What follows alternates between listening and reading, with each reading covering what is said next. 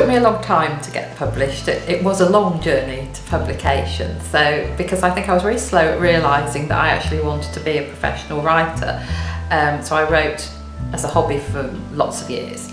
And I did write several versions of my first book, which I sent to Mills and Boon over the years, and which they sent straight back to me, sometimes with helpful revision notes on, and mostly not. It was finally, and I remember this so well, it was the third time I'd sent the same book in, so actually I wouldn't give anybody that advice, don't keep sending the same book in. I had no idea what I was doing, but they sent a 2-page revision letter back, and that was the first time I'd had really serious encouragement about my writing, and it was at that point I thought actually I could be a writer, and that I think was the first time it had even crossed my mind. So that was really helpful. I followed up their suggestions, and they did take that first book, and it was my first published book, True Colours. But that had taken 12 years, and once that had happened, then I kind of found out about all the writing organisations I could join, like the Romantic Novelists Association, which obviously gives you loads of help and support and contacts, and you meet people and you realise you're not mad that other people who are writers have the same thought processes as you and the same problems. So everything was much smoother after that.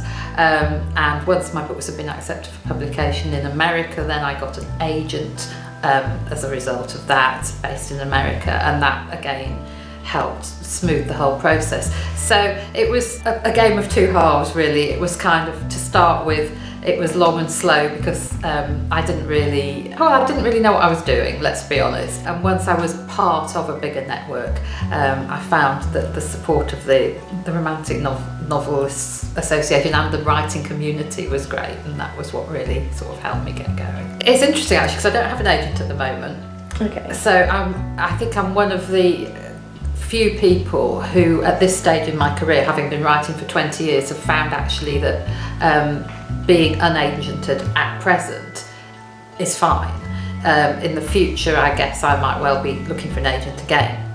But certainly when I was first published by Mills and Boon, and I wanted then to write longer books, and I wanted to write books with more secondary characters in them and bigger books really, it was really helpful at that point to have an agent to give me advice on the market and on the sorts of publishers who were looking for the kind of things I was writing.